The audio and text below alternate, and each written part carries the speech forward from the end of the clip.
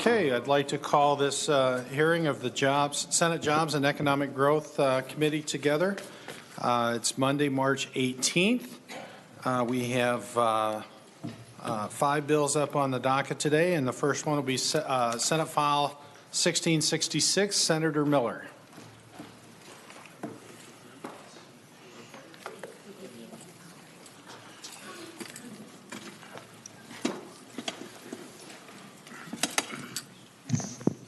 Welcome to the committee, Senator Miller. Thank you, Mr. Chairman. It's great to be back in front of the Jobs Committee this afternoon, a committee that I miss being on very dearly. Members, today we are here to talk about Senate File 1666, which is a proposal to provide a grant from the Workforce Development Fund to Bridges to Healthcare in the amount of $350,000 in fiscal year 2020 and $350,000 in fiscal year 2021. The Bridges to Healthcare program is a collaborative effort in southeastern Minnesota that provides career education, support services, and job skills training in high-demand healthcare fields to low-income parents, non-native English speakers, and other hard-to-train individuals, helping families secure pathways out of poverty while also addressing workforce shortages in healthcare. This truly is an innovative program that has a proven track record of success. With me today to share more about the program are some folks that are more involved with it directly, and with your permission, Mr. Chair, I'd like to turn it over to the testifiers. And who's going first? I believe Mr. Johnson is going to go first. Thank you. Senator Miller, welcome to the committee, Mr. Johnson. Please state your name for the record, and then feel free to begin when you're ready. Thank you, Mr. Chair. My name is Randy Johnson. I'm the Executive Director of Workforce Development Incorporated. We are the Workforce Development Board for Southeast Minnesota, the 10 counties. I'm here today to tell you a bit about and kick this off about our program, Bridges to Healthcare. This represents what we know as a career pathway program for the healthcare industry. It's one that actually could take you back some 10, 12 years ago, and when it started as a very fledgling operation of maybe 10 or 12 people going through the program, to a time when 2013 we, our partners and us landed a federal grant to expand this, and it's taken off and has, as Senator Miller has said, become actually a nationally recognized symbol of success. So it is our most mature career pathways program. This is a partnership again with the Workforce Center and the partners there, along with the representatives of Adult Basic Ed at their facility known as the Hawthorne Education Center, and Rochester Community and Technical College. What we were noting was that certainly healthcare seems to have an insatiable need and for workers, and I think you all know that largest employer in the state actually is Mayo Clinic, and located there in Rochester. So it was a natural connection to link with Mayo, but not only Mayo, but other healthcare providers in the region. It is our #1 sector for employment throughout the region. We were finding as well that as I think we all know now as well, our unemployment rates are very low, and this labor shortage, it didn't happen overnight. It's been coming for some time. And in order to fill, whether it's healthcare or manufacturing or whatever you have, you're going to need to look to alternative sources of labor, those and populations that are not represented as well in the industry, or you're going to have some difficulty. And that's really been the case for us. We found populations of people from other cultures, people who do need additional adult basic ed preparation, but also need career preparation, so that it isn't just a dead-end job for them, it becomes that solid career. So I'll just briefly go through some of the numbers you'll see in your packet and have others highlight those things that are there. This has now matured to a program that will serve 200 people a year. We are producing people now not just for the entry-level certified nursing assistant program, but several other degrees that are also offered. It is improving the people's outcomes when they get through these programs. They go on to complete their training in college, and they're more successful at completing that college. They're more successful at getting and keeping a job. And our data has shown that a college completion rate of about 85%, college retention beyond 2 quarters up to 90%, a positive termination rate about 90%. In fact, it's hard to even find the negatives because those are people that went on for additional schooling. Average wage and placement has continued to climb as we've added these other careers. Percentage of minorities served, about 2/3 of the people are people of color coming through this program. And when we calculate then the new taxes paid for someone who didn't have a job when we found them, and then we add together any public assistance that they're now off or welfare avoided, and you divide by the total cost of our operations, whether it's this money or other monies that are braided into this program, we're getting a 40% return on those dollars. So we know that it works, it doesn't cost, it pays. So I would turn that over to Nadine Holt. So I'm Nadine Holthouse. I'm the program manager at Hawthorne. So I actually work with the students. And we all know, Randy talked about the numbers of students who are being successful. We know that when the parents are doing better, those children and those families are also doing better. But what I want to talk about is the students in the pathway. We have over 1,200 students at Hawthorne enrolled, and many of them aren't at the skill level yet to start the pathway, but they're coming every day to school to get their skills up. And I'd feel really bad if I have to go back and say, I'm sorry, this pathway is over. And you can't start the pathway because we don't have the funding to continue it. 1,200 students that this could impact, these families, not just the adults, but the children of these families too. Thank you. And we didn't have you on our testifiers list, so if you could state your name and feel free to begin when you're ready. Sure. I'm Dr. Jennifer Wilson. I am the Director for Business and Workforce Education at Rochester Community and Technical College, and I think it's really important to really stress the fact that this is a partnership going forward. This is not just something at the Community and Technical College. This is not just K-12. This also has business sector in it, and they are sitting at the table with us monthly and having discussions regarding the future of these students, the future of their business, and where else we can lead these pathways and take these students beyond. I think it's also important that these students are getting a credential at the end of the day, that these are not just filler classes. These are students that actually have a credential and are immediately employable. So I think that's really important as well. Thank you. And sir, we don't have you on the testifiers list either, so if you'd state your name for the record, please. Thank you, Mr. Chairman. My name is Guy Finney, Director of Workforce Development at Mayo Clinic. Here to endorse this program as an employer in Southeast Minnesota that has the opportunity to hire some of these graduates. I can attest that the program is very successful in helping talent, passionate talent who has struggled in applicant pools in the past, actually compete in the applicant pools. And that's something that's vital to us, is we want these applicants to compete in the pools to get the jobs that they're getting today. We're closing in on about 200 hires from this program since August of 2013. Those hires are doing tremendously well within our workforce at Mayo Clinic. Those hires represent about 73% diversity, which is important to us as we continue to strive to have a workforce that better represents the patient populations we serve. So a complete endorsement from Mayo Clinic for this program, not only helping us as an employer in Southeast Minnesota, but we know it's helping many other employers who are providing critical health care services each and every day to people, to the population of Southeast Minnesota. Thank you.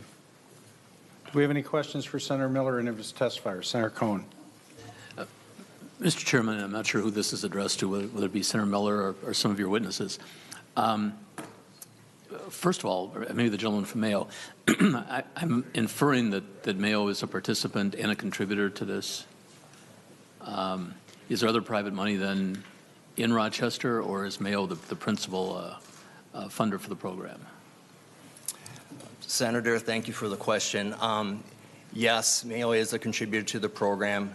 We started off with a 5-year commitment at $85,000 a year. We just recently renewed our commitment for another 3 years at $100,000 a year.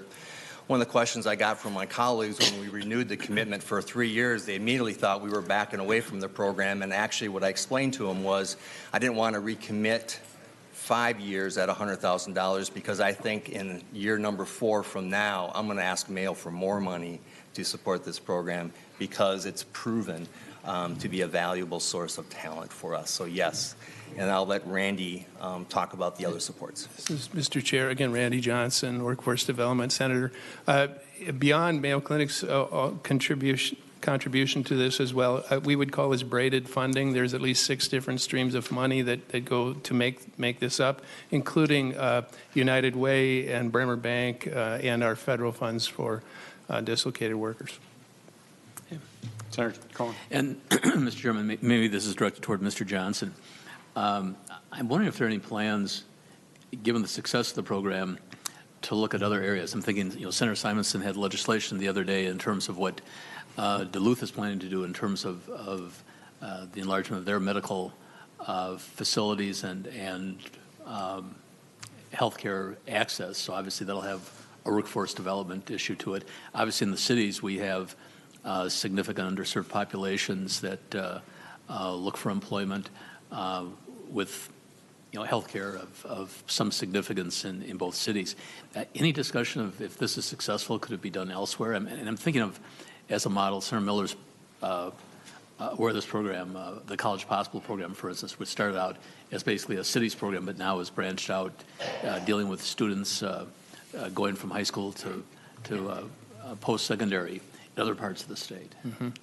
Yes, Mr. Chair, Senator Cohen. Yeah, we have expanded our efforts throughout the area to other sectors as well using this same model, and we have operated other kind of healthcare activities. The thing that makes this different than other traditional job training kinds of programs, when I use the words career pathways, to me, one essential ingredient in this is what we call a navigator.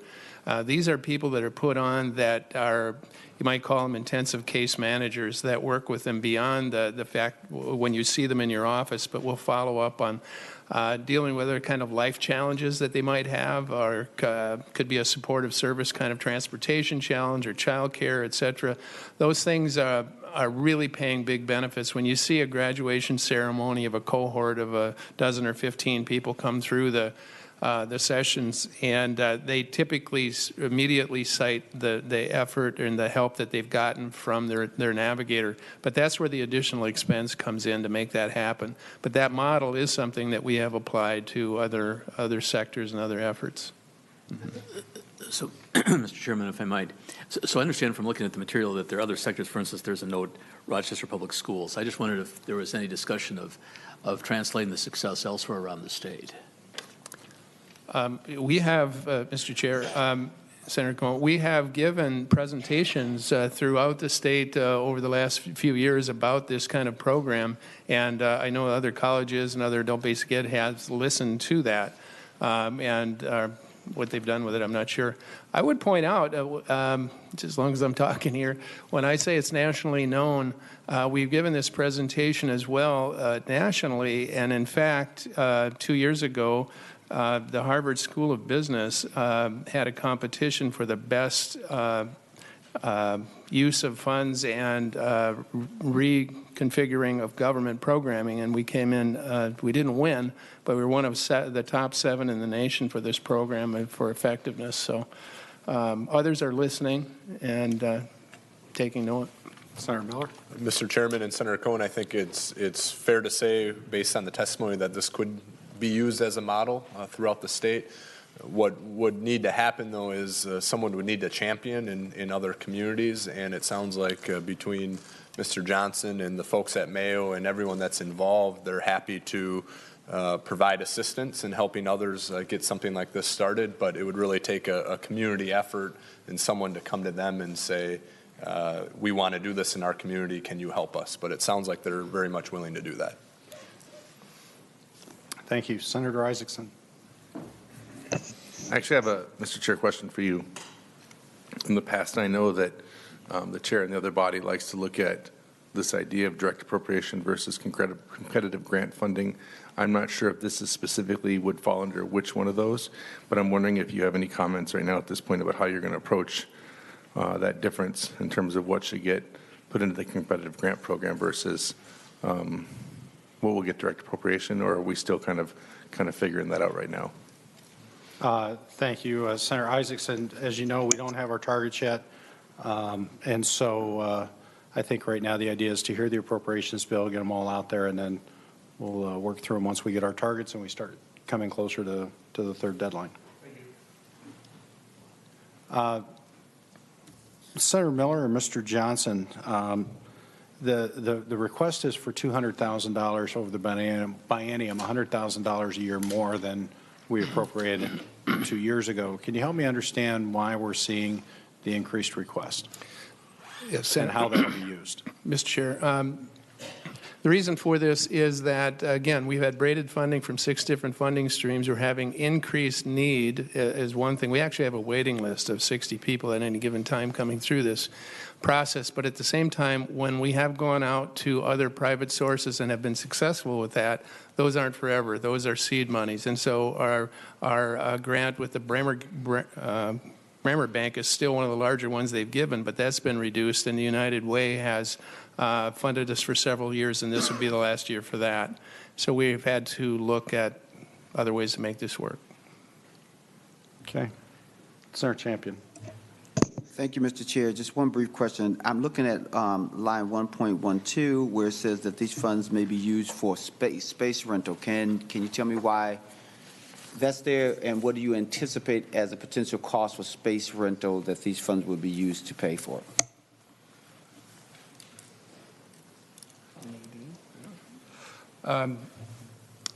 Mr. Chair, we are all co-located at the Adult Basic Ed Center. This doesn't happen at the Workforce Center nor at the college. And so there is space there that I'm not sure how I get an invoice on space. I've not actually seen one in the past few. I'm not sure that applies, actually. Senator Champion. So is it that you know how it applies, or would you entertain a striking that language that says space rental to Senator Miller? Senator Champion, if I might just offer a suggestion, as this is going to be held over, maybe we can allow Senator Miller to work with the with his partners to figure that out. Mr. Chairman, Senator Champion, we can do that, or we're happy to strike the language, the space rental, if the committee wants to do that today. We're happy to do that.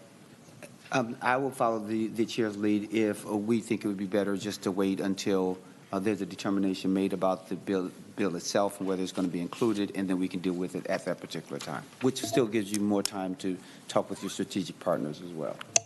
Mr. Chairman, Senator Champion, we will do that. Thank you. Any other questions? Okay, seeing none. Thank you all who testified. Senate File 1666 will be held over for possible inclusion. Senator Miller, you're still up with Senate File 1825.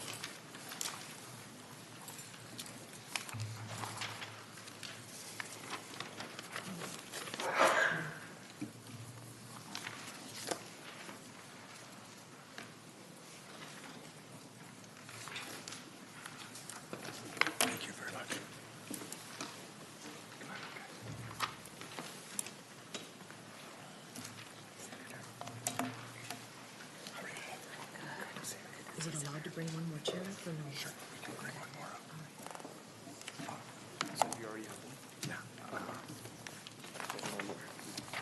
I had one.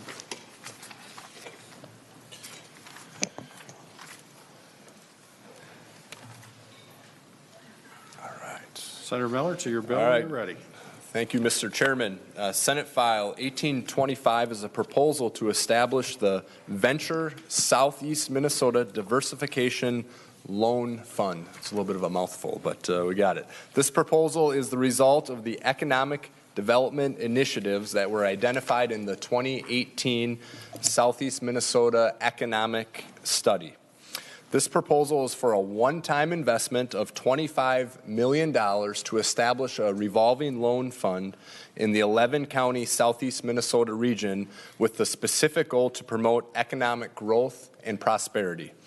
Cities, counties, developers, and businesses would be eligible to access these funds for a number of different uses, including housing, childcare, agriculture, manufacturing, technology, healthcare, and business startups and expansions. The funds could be used for equipment purchases, facility improvements, workforce housing, and daycare construction or improvements. The loans would be good for a maximum of 10 years, and the loan amount could not exceed 25% of the total project, with the maximum loan amount of $500,000. Mr. Chairman, with your permission, we have a number of testifiers here. I'd like to turn it over to them if that works for you in the committee. And I'm not sure who's going to go first. Thank you, Senator Miller. We have Ms. Johnson listed first. Very good. Welcome. Please Thank you, state your Mr. name for the Chairman. record and feel free to begin when you're ready. Thank you, Mr. Chairman, and thank you, committee members. My name is Brenda Johnson, and I'm the Executive Director for the Southeastern Minnesota League of Municipalities, which I will call the SEMLM to be briefer. I want to thank you, first of all, for funding the Southeast Minnesota Regional Economic Impact Study that was completed just last fall. It was a tremendous study. It was very, very informative for the Southeast League membership. We have 65 member cities across an 8-county area. The bill addresses an area of 11 counties, which is larger than our Southeast League, but the study is what created the platform, if you will, for the information that's needed to do the bill that we're talking about today. Again, the Southeast League covers 8-county area. We've got 65 member cities, and they voted to do a study to look at the economic impact throughout the entire region. This is very much a regional study. So the Southeast League came to you for funding of that study with CEDA, Community Economic and Development Associates, as our pass-through agent, and we engaged HR&A to conduct the study. The process for that included using REMI, Regional Economic Modeling Inc., the forecasting tool that DEED also uses. So I want you to understand that this bill is based on a study that is truly high quality, done in the same type of format as what DEED does for the entire state, and yet this is just for the Southeast Minnesota region of an 8-county area. What we found is that by bringing in information from not only cities but also counties, the SDC forecast, the Goodhue County forecast, all 8 counties participated, 26 cities added information, regional groups. We went across the river to La Crosse and La Crosse County and the Seven Rivers Alliance, SMIF, Journey to Growth, Southeast Minnesota Together. It was really a comprehensive collection of data from within our state, also national data sources, we'll call it, and state data sources. From that study, you're going to see, if you actually look at the study, it's over 100 pages long, and you can tell it's not sitting on the shelf. It's in action already. And what the study really hit on was the need for housing, labor supply, and that labor supply amounts to we need childcare. Those are the 2 key things, housing and childcare. It also talked about other things that are basically initiatives we need to take care of in Southeast Minnesota, but the 2 biggest ones, housing and childcare. How big are they? Well, when I think of the state legislature talking about numbers, you're used to these numbers, but I'm not. I'm used to talking with small towns. In our 65 city membership, most of them are small towns. So when I saw the number of over $4 billion at stake in economic activity over the next 20 years for just the 8-county area, $4 billion just related to housing, just getting our housing situation straightened out. We're 1,900 units short. We need to double our pace of developing housing of all types. We're not talking about any specific type, all types. Childcare, how big of an issue is that? over $1 billion, $1.14 billion, again, in the next 20 years. So we have immediate needs in southeast Minnesota. Some people think it's all roses and honey down in southeast Minnesota. We've got issues that are actually quite significant. And I would also like to share with you that the membership voted on January 31 to support the bill, to address in particular the issues identified by the study, because that really is the source for the bill. And they're also passing resolutions of support. You're going to see those listed on the front page. More of those are coming in all the time. When I talk with my cities, they talk about the flexibility that this bill would bring. The economic tools that they have right now do not let them address the housing and child care issues. So our membership is asking you, yes, to please support the bill, and we would appreciate it. Thank you. Next, we have Ms. Holmes. Welcome to the committee. Please state your name for the record and feel free to begin when you're ready. Thank you, Mr. Chair, members of the committee. My name is Heather Holmes. I'm the project manager for Journey to Growth. Journey to Growth is an economic development initiative aimed at growing and diversifying the regional economy for that 11-county southeast Minnesota territory. When we started this initiative 5 years ago, we worked very closely with our regional partners, including Brenda and her group at the League of Municipalities. One of the things that came out of the study, and many of the things that came out of the study, led the Journey to Growth representation to sit back and meet with some of our regional representatives, including at the helm with Brenda, in regards to what we could do with this study. There was so much impactful data that was included with it, and as Brenda mentioned, letting it just sit would be unnecessary and should not happen. When we looked at those numbers, we wanted to come up with a creative solution how we could address some of these with an action plan, and the bill came out of that. We've had wonderful support from authors that are sitting not only next to me, thank you, Senator Miller, but also on the committee today, as well as in the House. What we'd like to see with this is to be able to actually put into action what I call phase 1 from the study to phase 2 in regards to this bill. As Brenda mentioned, we have 65 communities with the League. We have the Southern Minnesota Initiative Foundation and former Congressman Tim Penny behind this.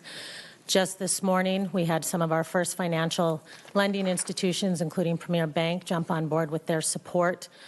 Everybody seems to realize in our 11-county area that this bill could be useful for multiple purposes in regards to our development, our workforce shortages, housing, and quality child care. Thank you. Next, we have Mr. Egler. Yes, thank you, Mr. Chair. Welcome to the committee. Thank you, Mr. Chair and Senators. I am Dan Egler. I'm the president of the Southeast Minnesota League of Municipalities, and also I'm a council member for the city of Casson. When I was asked to come testify today, a couple things came to mind. That our current economic tools that cities are using are not flexible enough for our cities. This bill would allow us more diversity, more chances to get housing and quality child care. There's families in our area that plan their child birth off of openings in child care. There's not enough quality child care. So it's hard to imagine that you would revolve your lifestyle on an opening. It's hard to believe. Also, our currently businesses in southeast Minnesota are hurting because of the lack of quality child care and housing. Without housing and child care, you can't keep business expanding or even businesses growing. It's a crucial item that we need. And with the study, you can see that we are way behind in housing. But businesses are, and developers are, skeptical of moving forward because they don't have the manpower to do it. So on all this, I'm sure it can be solved with passing of the Southeast Minnesota Diversification Revolving Loan Program. Thank you. Thank you, Mr. Egler. Do we have any questions for Senator Miller or any of our testifiers? So just Senator Miller. Mr. Chairman and members, I just wanted to add one thing that the request is for $25 million, which is a very aggressive ask. We realize that. It can be scalable, and we know that with the current budget forecast and situation that we're in, any new ongoing base spending is going to be very difficult. But the nice thing about this proposal, it is a one-time funding request for $25 million, as it's a revolving loan program. So one-time funding would be very adequate for this proposal, Mr. Chairman. Well, thank you, Senator Miller. We appreciate your flexibility on that. So the question I have is so $25 million for the what I'm assuming is the loan pool. Who else do you have contributing to the loan pool? Do you have any private investment that would be putting forth principal that would to be lent out?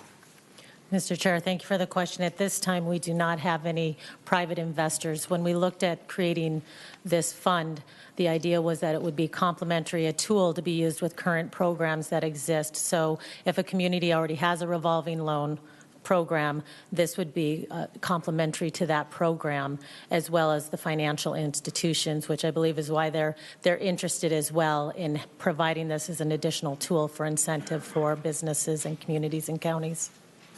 Thank you. And I was going to ask a question about residential development, but I think Mr. Egler covered that. I was also interested in line 213 around transportation infrastructure, which is typically a city-county type of project. And how do you envision this loan program working when, if I recall,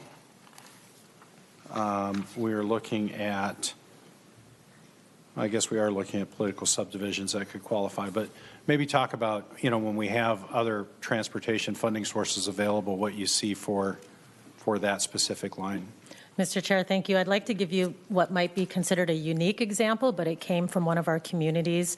In response to this question, they were looking at talent attraction, and they have a series of bike paths throughout their community that are requiring some work and some connectivity. And the request or the question was, could this fund be possibly used for the improvement and beautification of those bike paths for an attraction?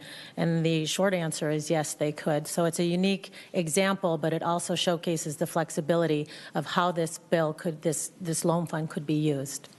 Thank you. Ms. Johnson. Mr. Chairman, the transportation component quite often is busing, and so we need to have park and rides, and many of the communities are going to need to build parking lots. They're going to have to acquire the land and then put in the lot, maintain it. So yeah, that's one of the reasons that municipalities are kind of excited about this, is because they know that the bus system is going to be expanding, and that's good for everybody. It's good for the people who are needing to get to work. It's good for the employers. You can get a better fit as far as skills to the particular position. More and more families are deciding not to have 2 or 3 vehicles. It's more and more common for families to have either 1 vehicle or 0. So we're looking at more park and ride. We're looking at family housing that is really, really close to those park and ride locations and other amenities. In other words, we're looking at changing quite a bit of the lifestyle opportunities in southeast Minnesota, because that is going to be the future for southeast Minnesota. And not everybody's going to live there, but some people are going to want to. Well, Ms. Johnson, you touched on part of the reason for my question, right, is because I know, and maybe, maybe your counties already have this, but Scott County put in place a half-cent sales tax for transportation and transit, which they use to build out the park and rides that you talked about. And I'm wondering if your communities have that half-cent transportation and transit sales tax already in place. Mr. Chairman and members, that is the decision of the county to do that, but in most cases, I don't think that county money, especially in southeastern Minnesota, the 3 counties I represent are Winona, Houston, and Fillmore counties, and I believe 2 of the 3 counties have implemented the half% sales tax, but those are being used for other purposes, and the revenues generated from that are much smaller in smaller counties like we have in southeastern Minnesota compared to some of the larger metropolitan counties. So even if they do have that half-cent sales tax, I don't believe it's enough money to generate enough resources to provide these, in the case that Ms. Johnson mentioned, the park and ride areas in enough of the smaller communities throughout the region. Thank you, Senator Miller. Sometimes I forget about the size and context. I appreciate that. Senator Champion. Thank you, Mr. Chair. Senator Miller, I have a couple questions. One is around the administrative services. I noticed on lines 3.14 to 3.16, it talks about the loan administrator may charge a one-time fee of up to 0.5% of the amount loaned for administrative services, and that it says this fee may be deducted from the loan proceeds. And then I also looked at line 3.32 and 3.33, where it says that the loan administrator may use up to $500,000 of the program income annually generated from interest and fees to offset any administrative costs. Can you tell me what the administrative costs are, and why do we have two different components or revenue streams for administrative costs? Mr. Chair, Senator, thank you for the question. The portion at the 3.32 up to 500,000, that is to administer. So we're looking at the possibility of actually operating the loan in regards to whether we'll need to rent space, hire individuals, as far as staff in regards to the administrative costs. As we know, it's up to, of course, that's scalable based on what is approved for the fund itself. Actually, if it were $25 million with that would be 0.01%. And then in regards to the question of 3.15, what the loan administrator may charge a one-time fee, one of the questions or conversations that came up with DEED was that sometimes there's an administrative fee, a pass-through if we were to partner. If it made more sense to partner with another organization, nonprofit organization to administer, that might be applicable. Mr. Chair, thank you for your answer, but that language doesn't necessarily say that would be used for that. It seems like there's a diversity of revenue streams for administrative costs. And if we're saying that in 3.32 and 3.33, that's for space and staff, what would be the other reason for 1.14 through from 3.14 to 3.16?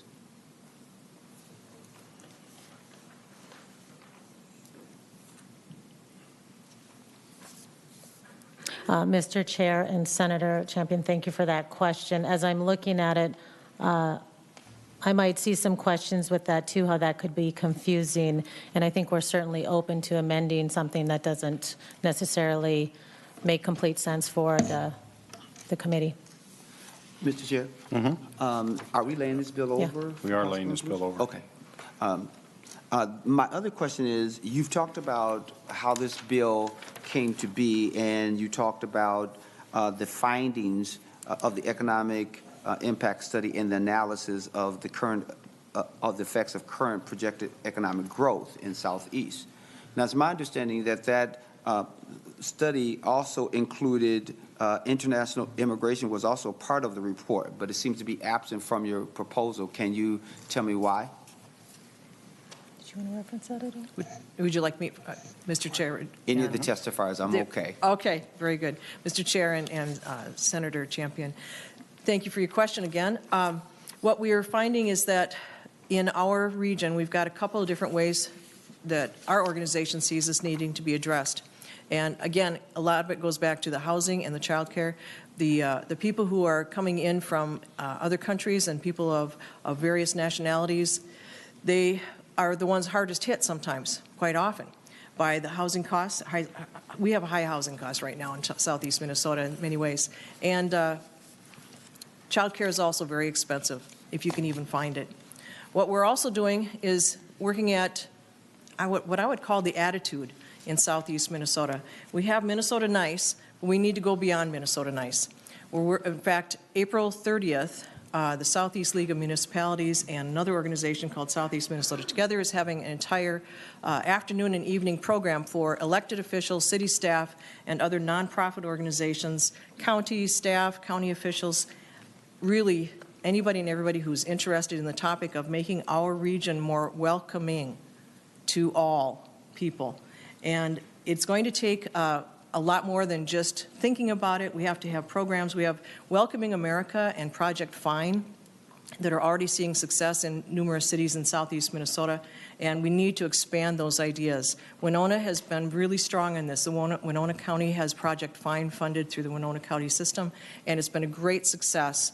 Welcoming America is also being used in a number of cities. I believe St. Charles is one of those, and the city of Austin has been working on having a concierge service. We have a number of different programs, but again, we're a lot of small cities in southeast Minnesota, really small, like a lot of them are 2,000 people or less. So for them, I think it's a new discussion on how do they participate even as a small city.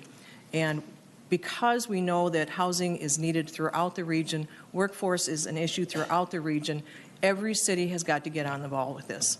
So thank you for your question. It's very timely with the April 30th event coming up. Mr. Chair, may I add to Ms. Johnson's comments in regards to that, Senator?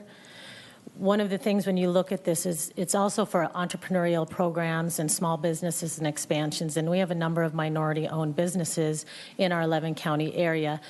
Many of the questions that we field are the funding piece that they're looking for or lacking or having difficulty with. I believe that this will also contribute greatly to have another tool in that toolbox for those individuals who are looking to expand or start up because of its flexibility.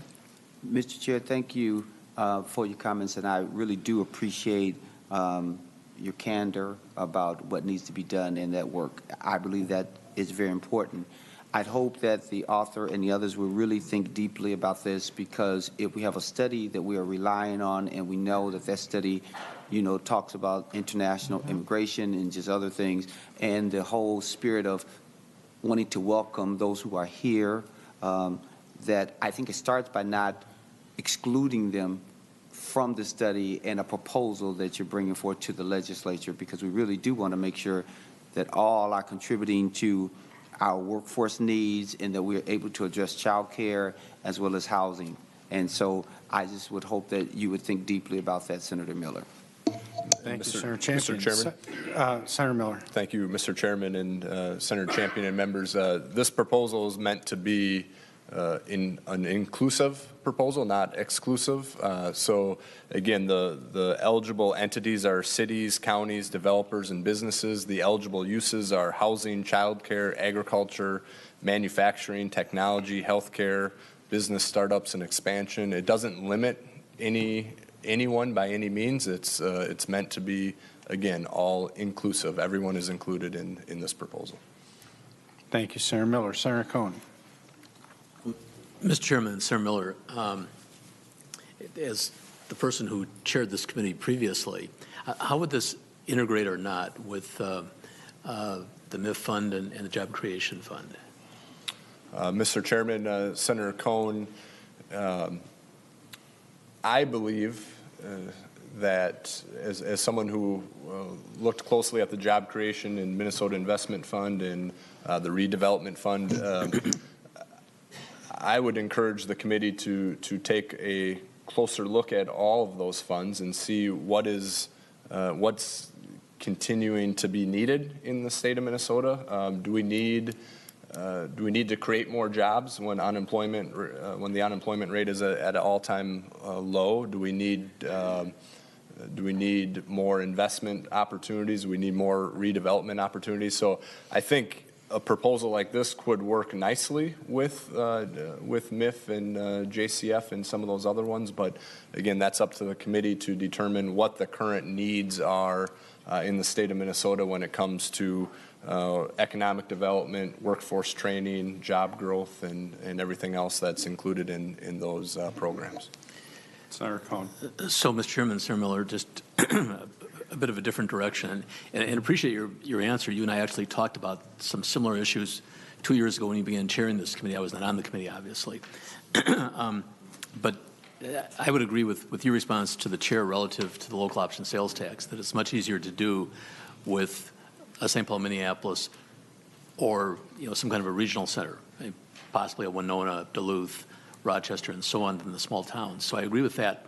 But what I am wondering is where I look at some of the language in terms of residential development projects, grants to political subdivisions, where that fits in to much larger programs such as housing finance, a transportation bill, efforts of that sort that I think address not all, but some of the issues that are raised with this legislation. Mr. Chairman and Senator Cohn, absolutely. I mean, there are different needs in communities throughout the state of Minnesota. These are the needs that were specifically outlined in the Southeast Minnesota impact study that we had in 2018. So, yeah, of course, housing needs, transportation needs, childcare needs, and but the whole idea of this is to start this revolving loan program. So it's not. They would be grants in the way of loans, but they would not be forgivable loans. Those would be paid back over up to a 10-year period of time to create these economic development and prosperity growth in these different communities. So, yeah, it goes across committee jurisdiction if that's what I think what you're mentioning. But again, the idea is to promote economic development in prosperity in the southeast Minnesota region. Well, Mr. Chairman, Mr. Miller, I don't want to belabor the point, but when you talk about grants to, say, political subdivisions, and I think we agree on the goal. The question is maybe the best way to get to it. So, for instance, if, and I'm not suggesting to the majority that we have a large bonding bill necessarily, but certainly it sounds like some of the issues raised by this may or may not be taken care of in a bonding bill. I'm not sure about that. So it's not so much a question of cross-committee jurisdictions, but whether or not we have legislative methodologies in place that can do the same thing where the effort is a statewide effort, but obviously where you, as you know, where we have things done in a bonding bill and a transportation bill that then do have a direct impact on smaller communities in the state. And maybe, so I'm not talking about some of what's in your legislation. I'm talking about a couple of the particular pieces.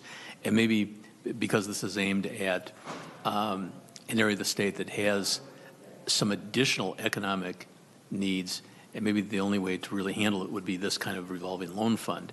I just raised the question by way of contrast. Mr. Chairman and Senator Cohn, I think the difference between what we're proposing and, say, a bonding bill is these are loans that need to be paid back. So, well, it's a grant to a community. That grant or that loan has to be paid back, whereas if this was, say, a bonding bill, that would be a grant to the community and would not have to be paid back. So Mr. Chairman, so as I think about that, does that beg the question then, will smaller communities in the state have the ability to pay back a loan if it's for infrastructure, say, within the city or the county? Mr. Chair, Senator Cohn, I may ask Ms. Johnson to just maybe talk about some of the conversations that have come up at your meetings and why the communities that you represent, that we both represent, that you're testifying on their behalf, why they're excited or why they would support a program like this. Mr. Chairman, Senator Cohen, communities that come forward or counties that decide to access it as a loan fund, which it would be, they have to do their own due diligence, quite frankly, and do their own financial planning. And I can see some of that activity happening, and I can see other cities saying, well, you know what, we really couldn't afford to do that. So it's one of those cases where each city is going to have to decide for itself, each county will have to decide for itself. But having the fund just be available is a great tool in and of itself. And it's certainly one small component of all the various uses for this fund. And I think that's the key part of it.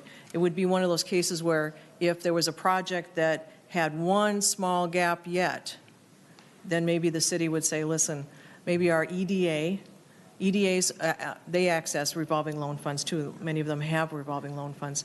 And so maybe they would partner up with their EDA and say, let's make this happen. Let's finish the project.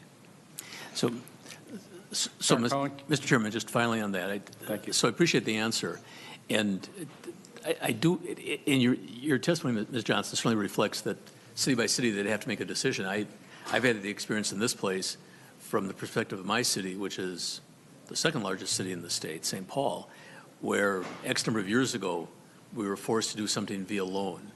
And I then spent, and I knew when that happened that at some point I'd have to figure out how to get out from under this loan because there's no way St. Paul could do it. And Senator Miller is laughing because he might remember the fight from your second term in the Senate, where a member of this committee who has since left just went after me relative to what I was attempting to do, where St. Paul simply didn't have the ability, and the loan went back to the property taxpayers. And that's an experience with a larger city who you would have thought would have had more of the wherewithal to have absorbed the loan. Now, it was a much larger loan, but it was one that St. Paul had a great deal of difficulty taking care of. And Mr. Chairman and Senator Cohn, as you read the legislation, you'll note that there is a cap on the loan amount, and it's only up to 25% of the overall project. And this just gives our communities more flexibility and some more options and another tool in the toolbox to promote economic development and prosperity in southern Minnesota. So, Senator Miller, or to any of your testifiers, have you talked to any of your local financial institutions about participating in this loan fund? Many of the loan funds we've looked at for economic development in the Twin Cities area and elsewhere have always had kind of a public-private partnership. Mr. Chair, yes, thank you for that question. We have actually, as we're getting going, we have, as I had mentioned earlier in my testimony, Premier Bank is on board as one of our first official lending institutions, but we have a number of other ones, F&M and Community Bank, and a number of other smaller community banks that are interested in coming on board, very supportive. When I talk to some of those folks, they talk about, the traditional lending is 60% of a project. And that's where we looked at from the study and the impact study, and then looked at funding a project, that 40%, if we can offset that, whether we're in combination with a revolving loan fund with the community, or we're offsetting that 40% for the organization or business that is doing the project, we're loosening up some of that available capital that they can use towards buying more equipment or staff salaries, et cetera. Okay. Any other questions? Okay. Well, seeing none, thank you all for your testimony today. Senate File 1825 will be laid on the table. Thank you, Mr. Chairman and members. Appreciate it. Members, I forgot to mention at the beginning of the hearing that we did have a quorum when we gavelled in, so just to make that clear. Next, we have Senate File 2166, Senator Rarick.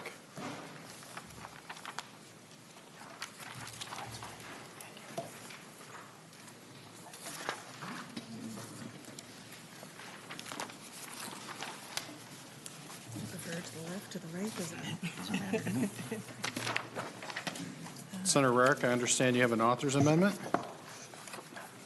Oh, that's not for the this bill, Mr. Sorry. Chair. I went too deep. We look at each other.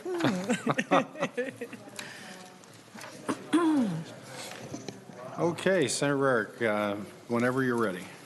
Thank you, Mr. Chair, members of the committee. I'm here today to present Senate File 2166, which provides funding for the Carts to Careers initiative. Workforce shortages are creating significant challenges in nearly every sector in the state. And these shortages are a real problem that have the potential to hamper the economic viability to every community in this state. Employers are desperate for employees and are looking for innovative ways to recruit and retain them. We have seen an uptick in new programs designed to promote different industries, and we've seen a number of those come through this very committee. And these programs have done outstanding work in attracting employees to certain industries. However, none have been focused on the retail food industry. The retail food industry is a huge component in our state's economic success and stability. The food chain runs deep in Minnesota, with several food manufacturers, distributors, and retailers providing 1 out of every 20 jobs. The industry is known for having many first-time jobs. These first-time jobs are imperative to providing the foundation of our next generation's future success. What sometimes gets overlooked is the fantastic lifetime careers the entire food chain from farm to fork provides. However, with the current and projected workforce shortages, it is critically important that we support our Main Street businesses by supporting educational opportunities to establish growth and viability. My bill today provides funding for the Carts to Careers program, which is a statewide initiative to promote careers within the retail food industry. It is a $150,000 per year appropriation out of the Workforce Development Fund to the Minnesota Grocers Association Foundation. As you will hear from my testifier, this is an exciting program and provides a good investment for our state. Thank you, Senator Rarick. Welcome to the committee. Please state your name for the record and feel free to begin when you're ready. Thank you, Chair Pratt, members of the committee. Good afternoon. I appreciate the opportunity today to talk a little bit about Senate File 2166. I'm Jamie Poole, and today I'm here to speak on behalf of the Minnesota Grocers Association Foundation. Our foundation is a 501c3 and was established in 1992 to offer educational opportunities, scholarships, provide grants, support community efforts and initiatives. We support over 300 members with nearly 1,200 locations statewide, as well as wholesale and manufacturer partners. We are Main Street, Minnesota, with hundreds of hometown grocers and convenience stores, many of who are independent, multi-generational, and locally owned. Our member companies employ both union and non-union workers. From farm to fork, our industry is incredibly labor-intensive and provides, as Senator Rarick said, 1 out of every 20 jobs in this great state. These are not just jobs. We offer opportunities for successful lifetime careers with competitive pay, a wide range of benefits to meet the needs of our very diverse workforce. Currently, we, as many, are experiencing severe employee and talent shortages. This is happening at a time when there are aggressive changes in our marketplace and our customers' expectations are high. We thank Senator Rarick for his support and leadership in introducing the Carts to Careers program. This is an exciting program that has the potential to build on the foundation within our existing workforce for sustainable and steady careers. It seems just about everyone has worked in the grocery or convenience store, and their memories always seem to be fond.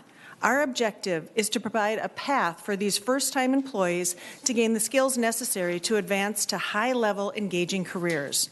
Carts to Careers gives the opportunity to invest in our workforce with experiential learning and flexible programs. One program that is like this is the Retail Certificate Program. This is a partnership with Alexandria Technical Community College. It offers an online education platform to springboard learners to the next level. This particular program provides team members the value of learning from each other in a collaborative environment. The program has seen several graduates. It is an affordable way to expand an employee's skill set. In your packets are a testimonial of who those graduates are and some of the testimonials that they've provided. A four-year degree isn't for everyone. This program has shown participants what they are capable of achieving while building a genuine sense of pride in their career choice. Our goal with Carts to Careers is to expand this offering, reaching more Minnesotans. One concern we hear frequently from our rural members, many who are looking to exit the industry, is they do not have a succession plan. The Carts to Career program can provide a bridge by offering support to that employee that may be lacking in the skills needed to run the business but has the drive. This educational format can give those skills and provide the confidence needed to lead that organization and keep Main Street viable. We had a grocer in southern Minnesota looking for a deli manager for over a year. By word of mouth, a fast food service worker was encouraged to apply. She did not believe she had the skills. With a little training and support, she exceeded everybody's expectations. She was able to utilize her creative instincts and expand that deli to make it a go-to for the community. She now has a very fulfilling career. These are just a couple of examples of how the Carts to Careers will promote education, community collaboration, inter-industry information sharing. It's a win for industry, a win for our communities, and a win for all Minnesotans. Thank you for considering the investment in Carts to Careers, and I would be happy to stand for questions. Thank you. Do we have any questions for Senator Rarick or Ms. Fool? So a quick question I have is we're asking for $150,000 in a grant to the Carts to Careers. Is this the entire funding that is utilized? Are there programs that the Grocers Association is currently funding? How much of your budget or how much of the program would be encompassed in this appropriation? Thank you, Senator Pratt. We currently have a couple of events that we run that would supplement some of this, and a portion of our members also, with the program that's currently operating, will do some type of cost sharing. Our goal in this is to be able to expand it for those folks that don't have that opportunity. So there will be a small part of it, but this will really be all used towards going towards the actual education opportunities. Okay. And how many students do you expect to be able to serve each year out of these funds? Senator Pratt, currently the specific Carts to Career program runs about $6,000, and that's a transferable credit program. They end up with 8 classes with 25 credits, and that gets them the retail certificate. So if we were to put all the funds towards only that program, that would be eligible for about 25 students at 100% participation. Looking at maybe getting some kind of 20-80 share, 40-50 share, we could expand that to more participants. But again, our goal is to really to be able to reach that broader. We know with a lot of our rural partners, they don't have the capacity to be able to supplement some of that, and there is a talent pool that's not being able to advance that needs to. So. Okay, thank you. Do we have any other questions? Okay, seeing none, Senate File 2166 will be held over. Thank you all for your testimony. Thank you for your time. Finally, we have Senate File 947, Senator Rarick, and I believe you have an amendment for this one. Yes, Mr. Chair. This is the bill that has the author's amendment. Okay, Senator Rarick offers the A1 author's amendment. Members, I believe you have that in your packets.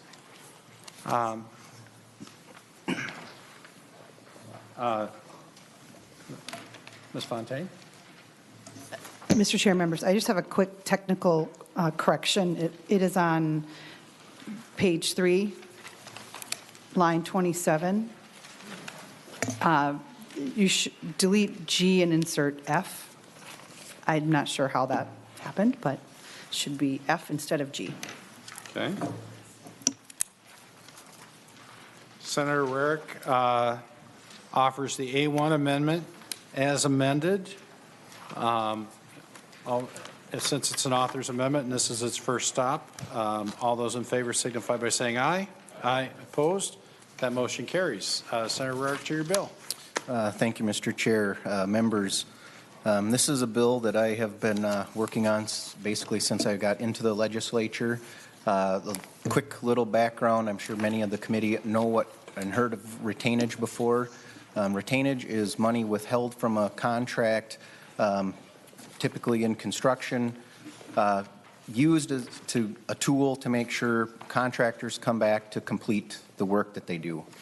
One of the initial steps that I took a couple of years ago working with many in the industry, retainage was going to 10% in many cases, which was really unsustainable for contractors.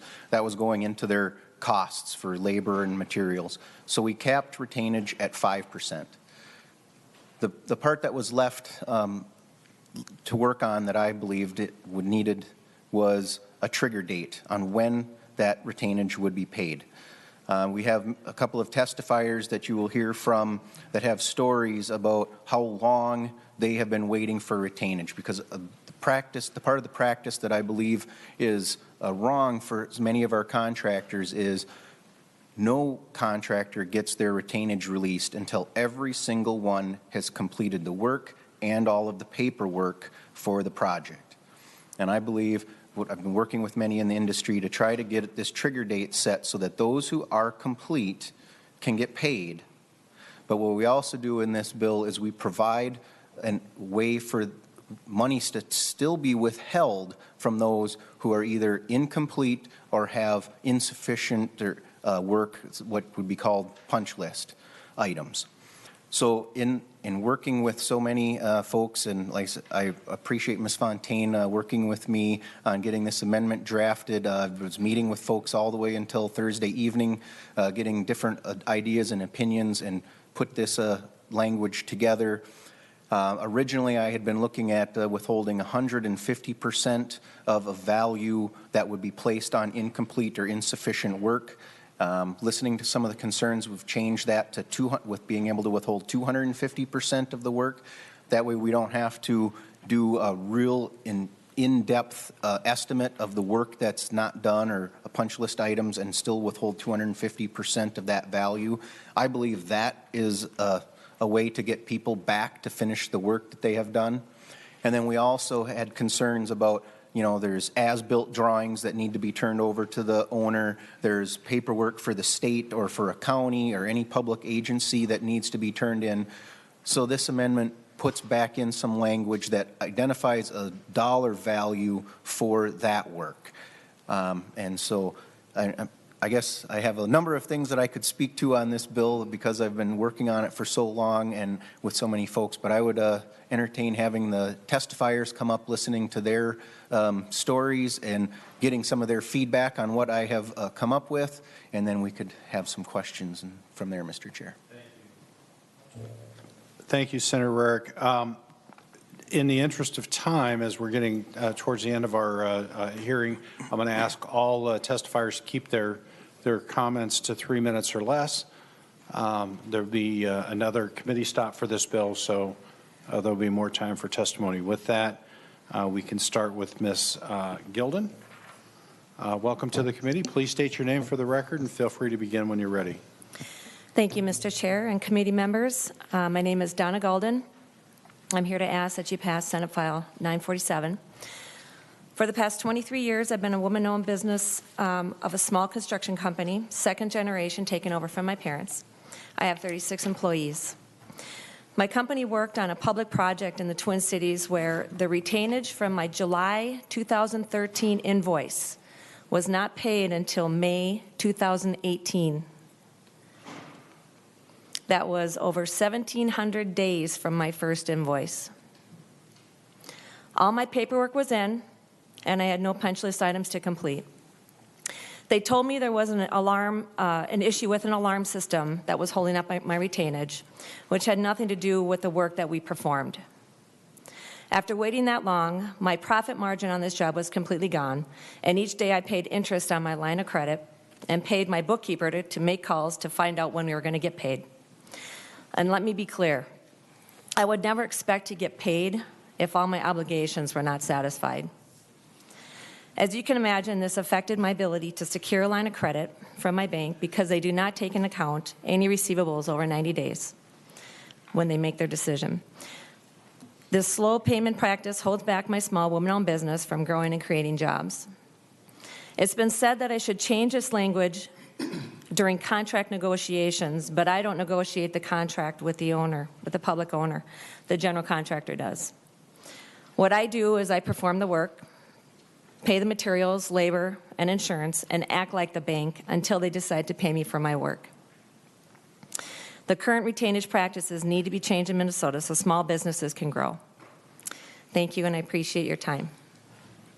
Thank you. Next, we have Mr. Oh man, I need stronger glasses. Jaster, welcome to the committee. Please state your name for the record and feel free to begin when you're ready. Thank you, Mr. Chair, committee members. My name is Mark Jaster. My wife and I own and operate Century Construction Company. We are a small commercial subcontractor that primarily performs interior demolition and finished carpentry work.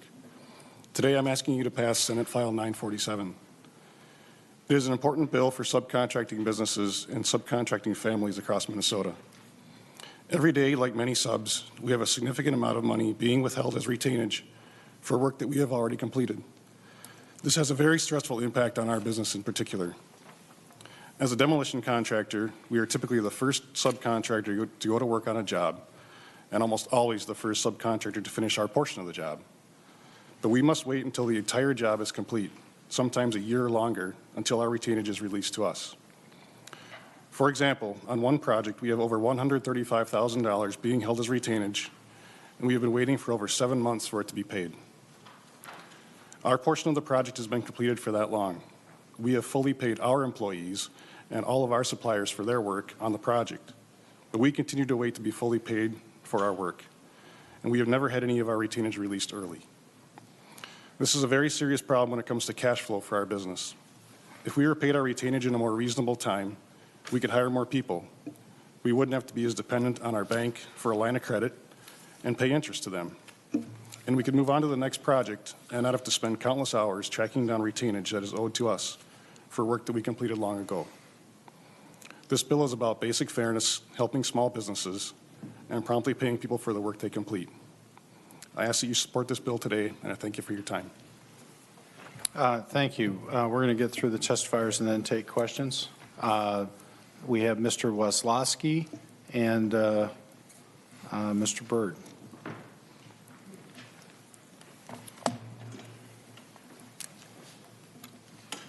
Mr. Chair, members, for the record, my name is Wayne Weslowski. I'm the Senior Director for Real Estate and Construction Services with the Department of Administration. First, I want to say thank you to the author and all the stakeholders as we've been working on this for a while to strike the right balance. Obviously, our role here is to protect the taxpayers and make sure projects get 100% completed. Retainage is an important tool for that to happen. Today, it's a challenge to get work 100% completed and get all contract requirements met. And we think we do release retainage early when we get requests. I know this is a bill that covers a lot of all public agencies, but from our standpoint, both prompt payment throughout a project on all of our contracts, we recognize the importance of that for small businesses, for diversity and inclusion goals. We track that. We think we do a reasonably good job on prompt payment, and we look to see when something falls through, we look to see, okay, what happened and how do we fix it. Same thing with retainage on our projects. Our contract is with the prime contractor, and we're not getting we don't get partial credit for a partially completed project. So retainage from our standpoint is to making sure a project is fully completed and all contract requirements are met. However, when we have these longer duration projects, we do work with our primes when we get requests to reduce that retainage down so those early on subs can get paid out. And as we get closer to substantial completion, obviously have greater confidence, things are going well, looks like we're on track to get the project fully completed. That's another point in time where we can look to release retainage as well. And with that, happy to stand for any questions. As the bill is currently drafted, we appreciate the progress that's being made. We still would have concerns with the current version of the bill and think there's some problematic provisions for getting projects 100% completed. Thank you, Mr. Weslowski. Mr. Byrd, welcome to the committee. Please state your name for the record and feel free to begin when you're ready.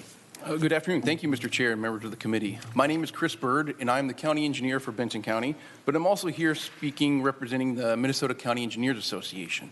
So I want to echo the previous statements. We appreciate the efforts that Senator Rarick has made. I can attest that we sat next to each other on a couple of those work group meetings, so appreciate all of his efforts. We also appreciate the efforts of AGC and the subcontractors group to get us to the point we are today. In regards to the amendment, I believe this counties can be supportive of that $5 million threshold that kind of differentiates a small project versus a large road and bridge construction project. So we could be supportive of reducing those retainages sooner on those type of projects. We also appreciate the differentiation between road and bridge projects and how substantial completion is defined. If anybody's driven through a road work zone, you know that we are using that project before the road is already, or the work is already completed. So that's important to differentiate that we're using that improvement before a lot of the work is completed in some cases. We also believe, though, that more discussions will be needed regarding the time frame in which all retainage must be completed. For us, that paperwork and documentation is a big key. Let's use the $5 million threshold as an example. That's a large project for most counties when it comes to road and bridge projects. So it's most likely that there's going to be some state and federal funding. We do not receive all of our funding until we can certify that we've received all the paperwork, documentation, material certification, IC-134s. And the value of that is 5% of that contract, because that's what is being withheld from us from state aid projects, even federal projects. That's the value of that work. So that's important for us. So just to wrap up here, we require those contractors as part of the contractual obligations to complete and submit all that paperwork. And we review retainage as retainage on the whole contract, just not the physical work. So that we do not believe that all retainage should be released when just the physical work is completed, but when all the contractual obligations are met. So I appreciate the opportunity to testify today, and I'm willing to stand for questions as well. Thank you, Mr. Byrd. We'll take questions here after we hear from Ms. Ziegler and Ms. Cow. Welcome to the committee. Just please state your name for the record and feel free to begin when you're ready. Good afternoon, Mr. Chair, members of the committee. My name is Laura Ziegler. I'm here representing Associated General Contractors of Minnesota. We're a statewide organization of over 300 companies across the state. We represent both highway-heavy companies that build our roads, bridges, and transit, as well as vertical building commercial. Roughly 80% of our membership are also union signatories. By design, we represent both general and subcontractors, and that's because of, depending on the project, some subcontractors are sometimes the general and vice versa. The companies that are subcontractors vary in range, in their size of business, their capital, their economies of scale.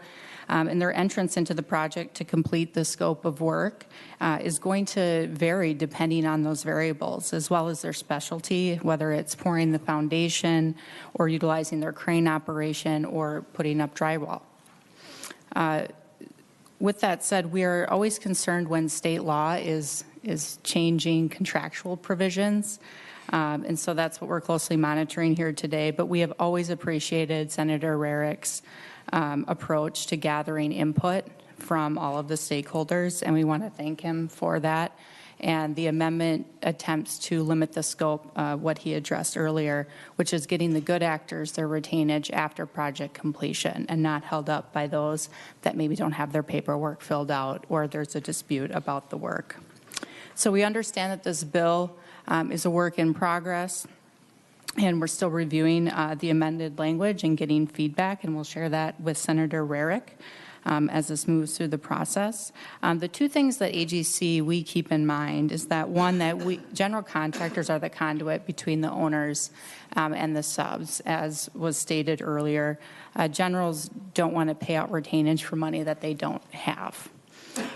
There, as it was, I believe, mentioned earlier in testimony too, there is a prompt payment act. So anytime a general or prime contractor is paid by the state or the project owner for that retainage or other progress payments, general contractors are obligated by law to pay that retainage to their subs within 10 days of payment receipt. So that's currently in law. And secondly, the other point that I want to emphasize is we definitely acknowledge, recognize that retainage is an important tool for ensuring completion to the owner's satisfaction, whether that's in the private sector or the public sector if they utilize retainage. It's a very common industry practice, and I'm getting your signal, Mr. Chair. I'll wrap up by just saying that our relationships with the owners are vital, so we want to get to a solution that works for everybody. Thank you. Thank you, Ms. Golden. I appreciate your understanding. We want to make sure there's time for discussion. Finally, we have Ms. Cow. Welcome to the committee. Please state your name for the record and feel free to begin when you're ready. Mr. Chair, members, my name is Irene Gao. I'm with the League of Minnesota Cities. And as many of you know, the League of Minnesota Cities is a membership organization. We represent 833 of 853 cities in the state. I, too, want to thank the author for his work on this bill. It has been a large feat to be thinking about different perspectives. And he's taken a lot of the work that was done last year's bill in the House when he was working on it there, some suggestions through the subcontractors this year, some suggestions from public owners this year, and then cobbled it all together. It's I do also appreciate his perspective that this is still a work in progress. There are some things, some questions that we have and some concerns in terms of when the trigger date really would be to release some of the the retainage. We do believe that there's a possibility in coming to some sort of solution. Cities do hear from subcontractors that sometimes we pay out retainage, and for some reason it's not making it all the way through. So we might provide that retainage to the prime or general contractor, but for some reason subcontractors aren't getting it. And it does take all parties. It takes owners, public or private, as well as the prime or general contractor and subcontractors to find a solution. No, from our end, as was discussed earlier, is that as public owners or as owners in general, we want to make sure that our projects are complete.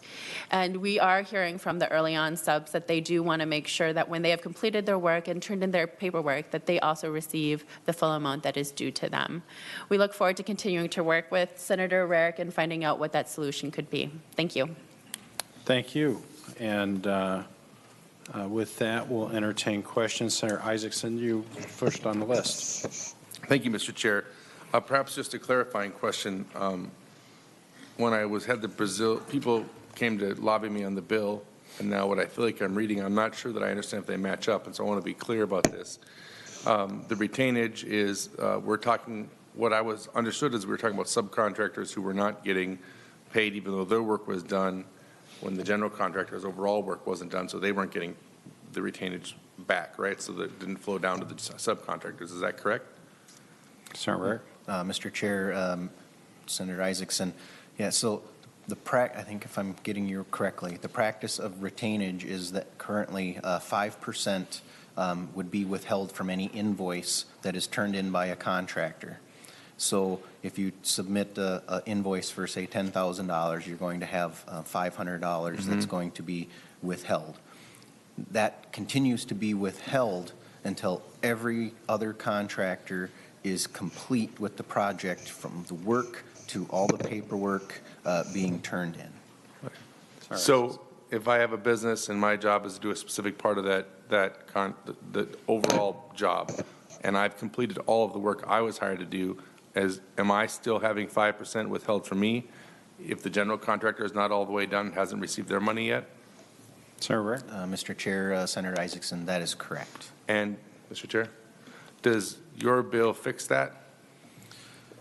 Mr. Chair, Senator Isaacson, this is not actually getting to the complete fix of saying that when you are done as a contractor or subcontractor that you will get paid then, but it is creating a trigger date that all of the contractors on the project can look to say, I will at least know that when we get to substantial completion, and that is defined in statute as to what substantial completion is, that when we get to there, they will have now the owner has 60 days to release retainage. So at least all of the contractors on the project know that once the owner is being able to occupy the building, they have 60 days to release the retainage and they will get paid at that point.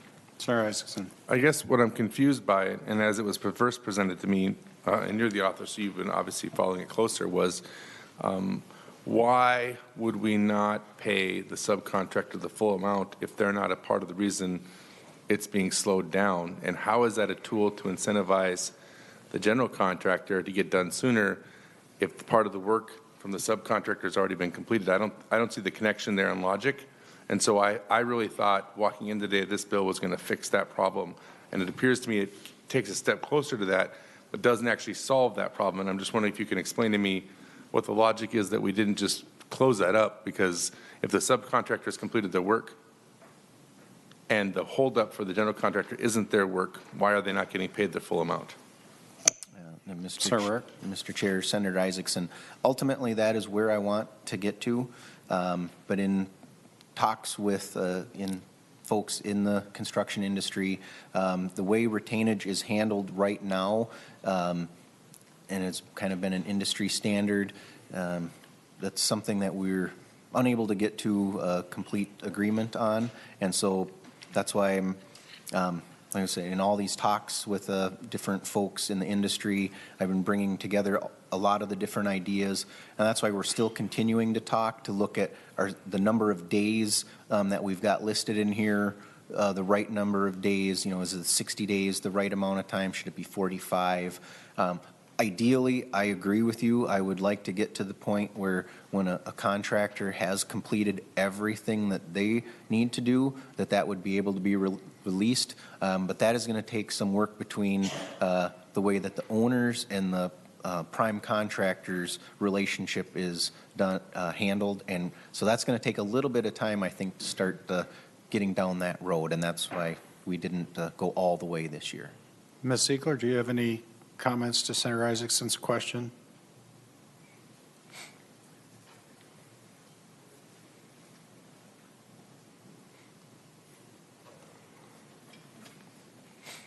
I'm thinking of this, Senator Isaacson, because when the contractors came in and talked to me, this was one topic of discussion as well.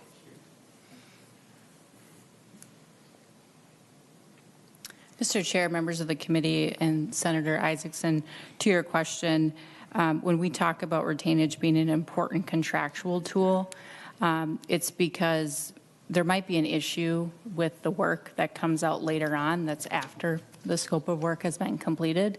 And what you'll see many times, whether it's highway or commercial building, is it can be a construction manager firm. And so the general contractor doesn't actually employ the people in the trades themselves.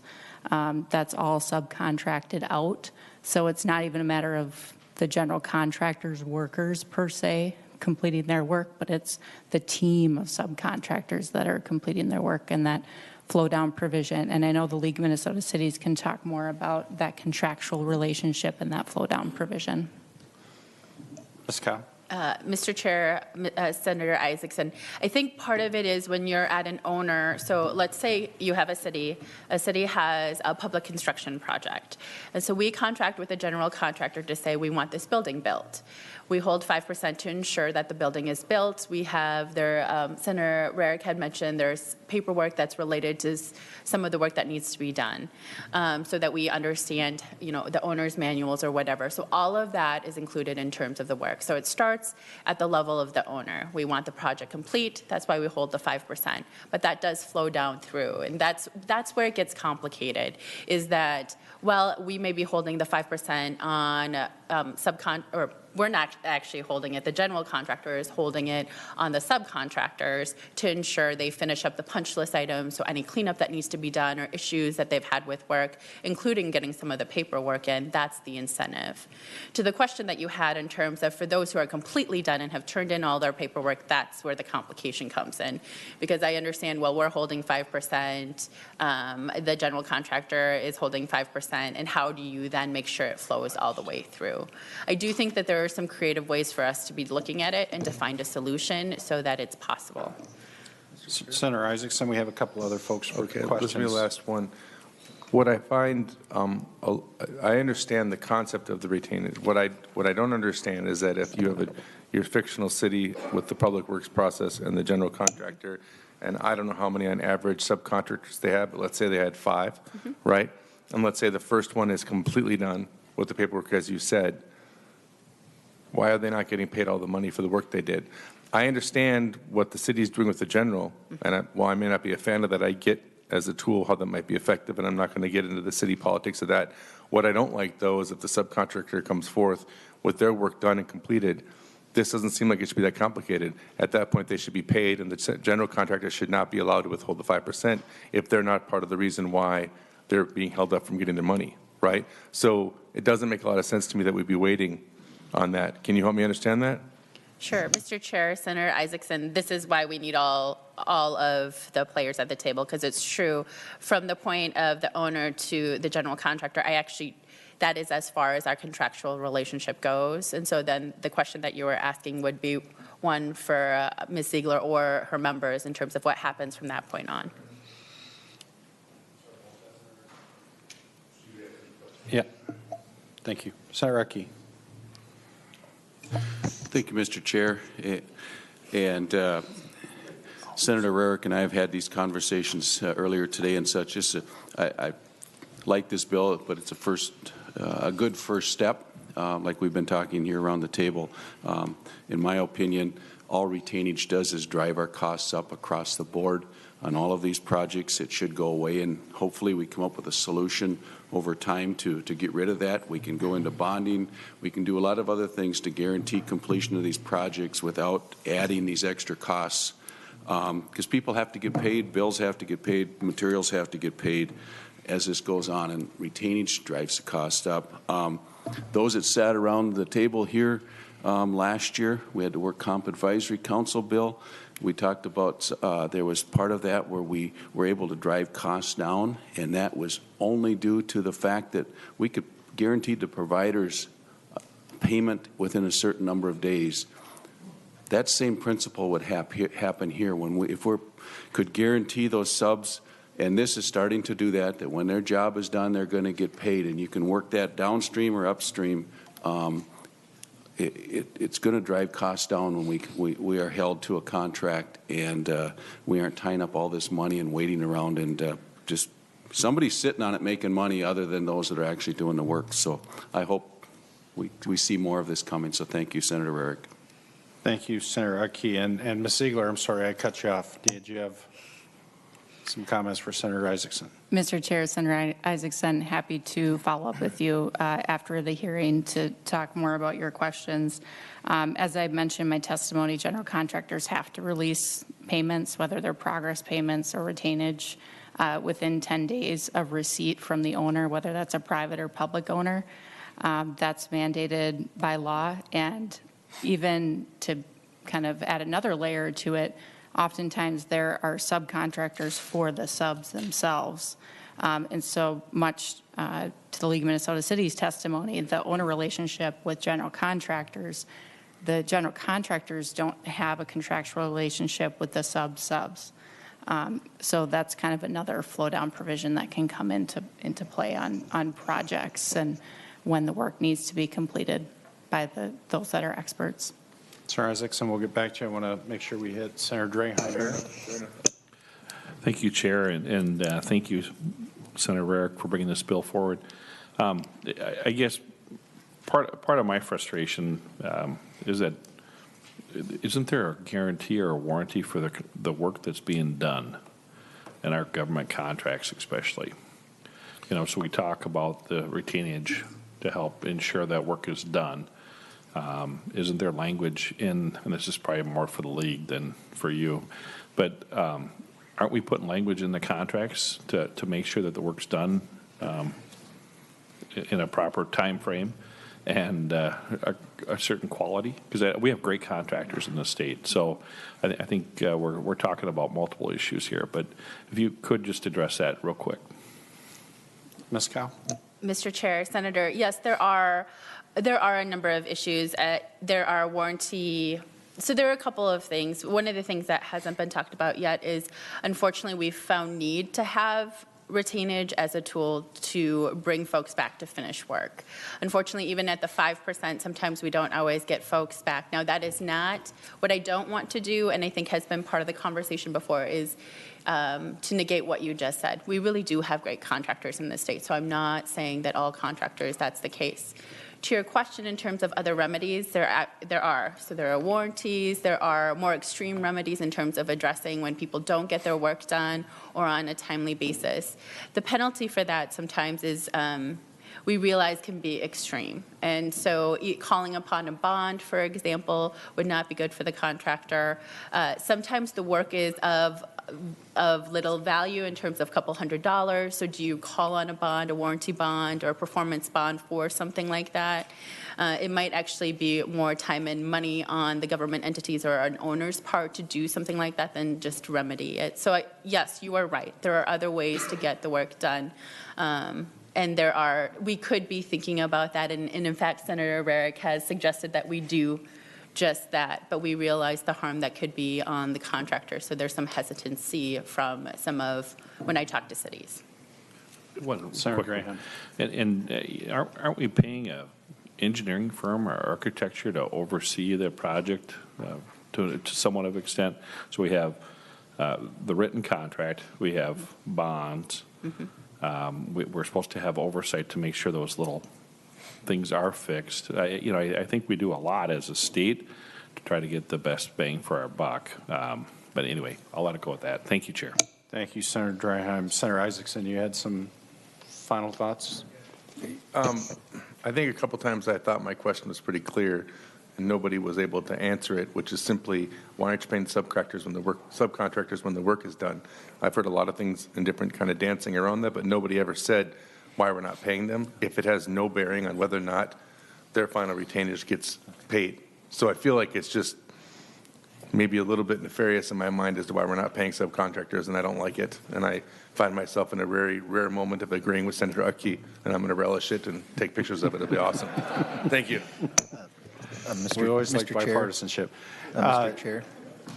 You know, I think Senator Rarick brings up an interesting point, and as well as you, Senator Isaacson, in that, to me, it seems like there's a structural flaw in how this is done, in that we hold back 5% from an entire project that we're asking our subcontractors, as Ms. Golden talked about, to finance it. In fact, one of my subcontractors is carrying about 20% of his accounts receivable is in delayed retainage. He's very early on in a project, and he continues to finance those funds as they go through. I thought Ms. Cow talked, and she touched on what was going to be my question with the performance bonds. I think that, you know, a contractor or a sub doesn't want their performance bonds tapped into, and so that becomes a very, very motivating factor in their decision whether or not to come back and complete the work or not. But it seems to me that when you have the 5%, when you have the retainage, whether it's 2.5% or 5%, being held to the end of the project, quite honestly, I'm not sure that this bill is going to help with that cash flow aspect of it as well, other than there's going to be, I guess, maybe a little less that they carry forward. They're still going to be carrying it forward. And so, Senator Rarick, I'd continue to have you work with the contractors and the subcontractors to see if we can come a little bit closer together. And Mr. Chair, to that point, and maybe get a little more specific, ultimately the owner is withholding 5% throughout the entire project. So the prime contractor is saying, well, I'm still having 5% withheld, so they're not paying out to that subcontractor because they're claiming I haven't been paid for that yet. And so that, you're right, I mean, that's exactly what I'm trying to get at here and get taken care of. And I do believe there's some things that I discovered in our law with performance bonds and sureties that I'm going to start talking more to with the folks that are out here as part of the group, because I think that ultimately becomes the answer. And as Ms. Gao mentioned, you know, we don't necessarily want to pull someone's performance bond for something small, but I believe, especially when we're talking about a contractor who won't come back for the 5% retainage, that's a contractor that probably should have a performance bond pulled. They're the one giving the bad name to everybody else and holding everybody else's payment up. And I think ultimately that's what we're here discussing today is how do we get the good people paid? And we could look across the board at ways, you know, how this retainage could be used in ways that people would all say are just incorrect. And we could look at it on the line of government. If we withheld 5% of all LGA payments until every city, all 853, agreed with and did all of their paperwork, but I don't know that anybody would really believe that's the right thing to do. But that's exactly what we're doing to our contractors. And we could look at that, you know, through agencies. We could look at that through counties. On every level, we should maybe say we withhold 5% of every payment until everyone is satisfied. But I don't think that is what anybody believes is right.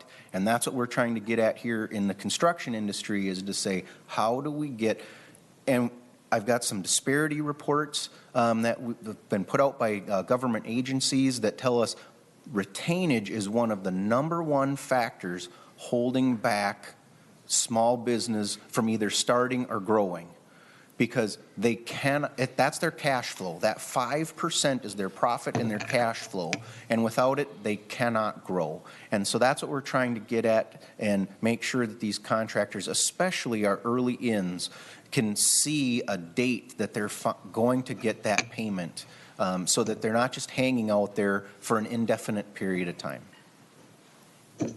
Okay, members, with that, if there are no more questions, Senator Rarick, I hope you'll continue to work on this bill. Members, I'm going to ask Senator Rarick to make a motion to pass the committee and be referred to the Committee on State Government and Elections. And we will, this bill made first deadline in the House, so we're going to be moving to second deadline, and I'll reserve the right to call this bill back after that hearing. So with that, Senator Rarick moves that Senate File 947 pass the committee and be referred to the Committee on State Government and Finances. As amended. All those in favor signify by saying aye. Aye. Opposed? That motion carries. Members, that's it. Thank you for staying around for some extra time. We'll be hearing bills again on Wednesday. Thank you. Thank you, Mr. Chair.